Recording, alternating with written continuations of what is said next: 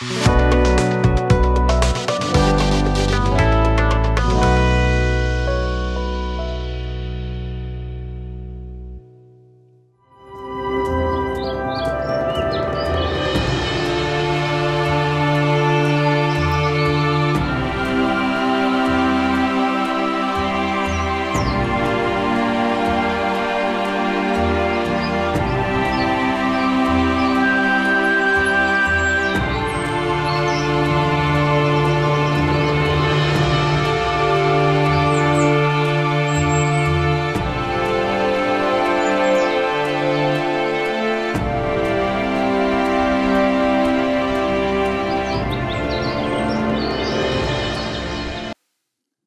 जीशु ख्रीष्ट अति बहुमूल्य नाम संपर्क इंडिया द्वारा प्रस्तुत कार्यक्रम नुआ सकाल आशार आज अध्याय में आपण स्वागत जनाए।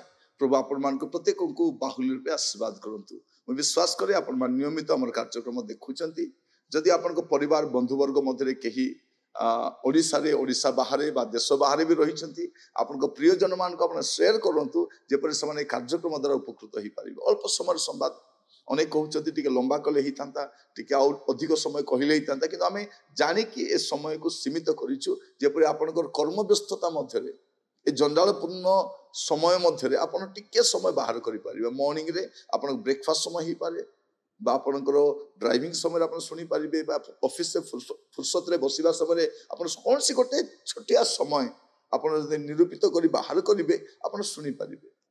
अनेक हुए तो लेट्रे मध्य शुणुंट रात्रि भी शुणुंट चेष्टा करंतु शुणवाई आ शुणवाई आपण मान के सहयोग मु धन्यवाद जनाए। आपण मैंने अति मात्रा देखुं विभिन्न स्थान को मुझे अन्य मैंने साक्षात करती कहती नुआ सकाल आशा देखुचु आम आपण प्रार्थना करुचु आम आनंदित अटु आपण मान प्रार्थना आम नियमित कामना करूँ। प्रभु आपण मान आशीर्वाद करंतु।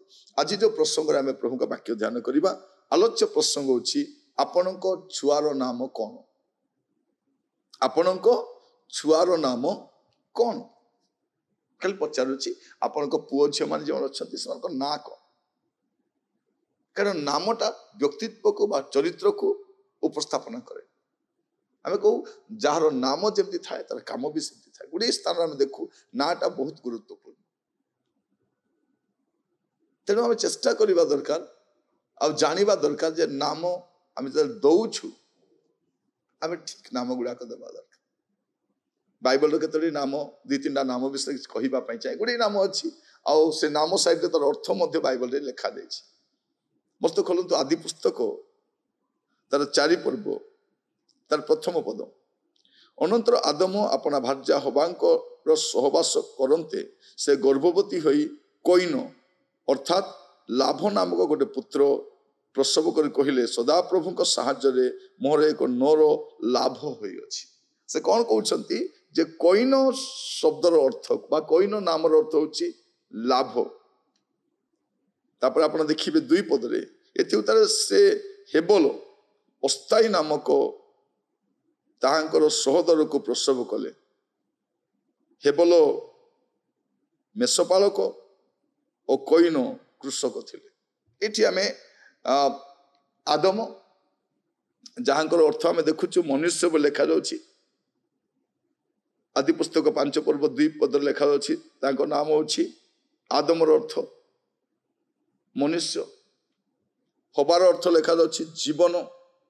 आप देखिए 3 पर्व तार 20 पद अनंतर आदम अपना भार्यार नाम हबा ब्राकेट जीवन बोली लिखा जाए।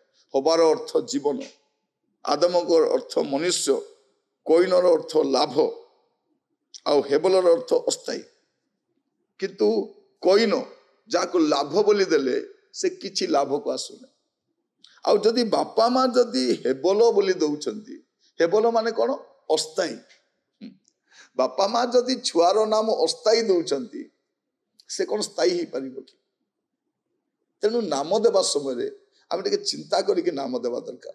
आम आवेगरे कौन सी ना गोटे देवा आवश्यक ना।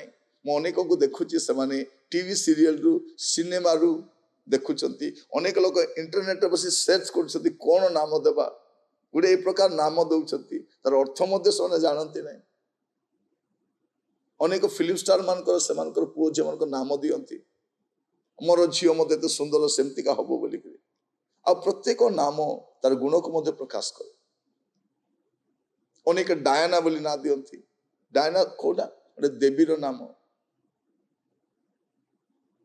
तो प्रभु आमान को ज्ञान बुद्धि देइछंती, आपनकर छुआर नाम कौन आपन देखिबे। प्रथम सामुएल 25:25 रे आ गोटे नाम आपन देखिबे, से नाम आश्चर्य लगे, एमिति नाम मध्य दिया जाई पारे बोली।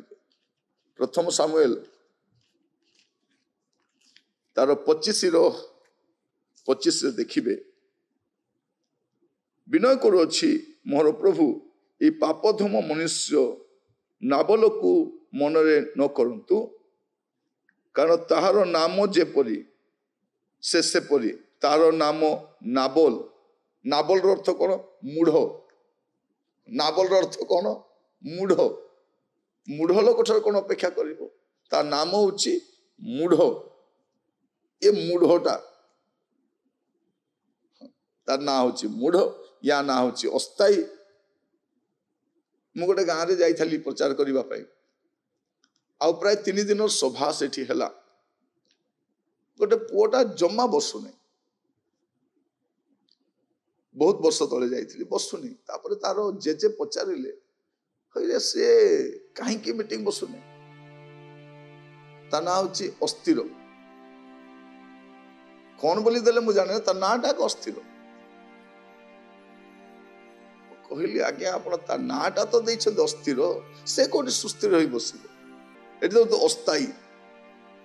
केवल माने अस्थायी, नाबल माने मूढ़। आपण टिके आपण को छुआर नाम कौन टिके चिंता कर। आगामी समय जो माने छुआ जन्म करिवे पुणी नाम देवे, टिके सावधान सहित दियंतु। नाम गुड़ाक देवा समय खाम खेली दियंतु नहीं।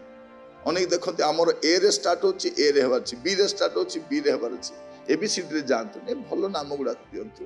अनेक उत्तम नाम भी रही, आपण से प्रकार नाम गुड़ाक दियंतु। प्रभु आपण मान आशीर्वाद करंतु। आगामी समय आम प्रत्येक सचेतन रहा। छोट छोट विषय रे आम सावधान होगा दरकार, कारण परवर्ती समय से पिला जीवन आप नामर प्रतिफलन देखिए, तार प्रतिफलन देखिए। प्रभु आमान को बुझा साहाय्य करंतु। आसंतु प्रार्थना कर। अनुग्रहकारी पिता परमेश्वर, मु आपन को दास भाव में प्रार्थना करे। प्रभु आमान को परिवार गुड़ा करे अनेक पुओ झील मैंने अच्छा प्रभु, से जीवन से चालीचलन से कथबार्ता व्यवहार अनेक को बाधे। प्रभु आम से पाठ पढ़ाऊँ, शिक्षित कराऊँ, से प्राणपण कर सबू दौचु, कि ना प्रेम को बुझंती, ना स्नेह को बुझंती, ना परिश्रम को बुझंती, ना कष्ट को बुझंती। जिदखर प्रकृतिर प्रभु प्रति मुहूर्त से कष्ट दियंती। अनेक प्रकार छुआ मन अच्छा से उत्तम भी अटंती।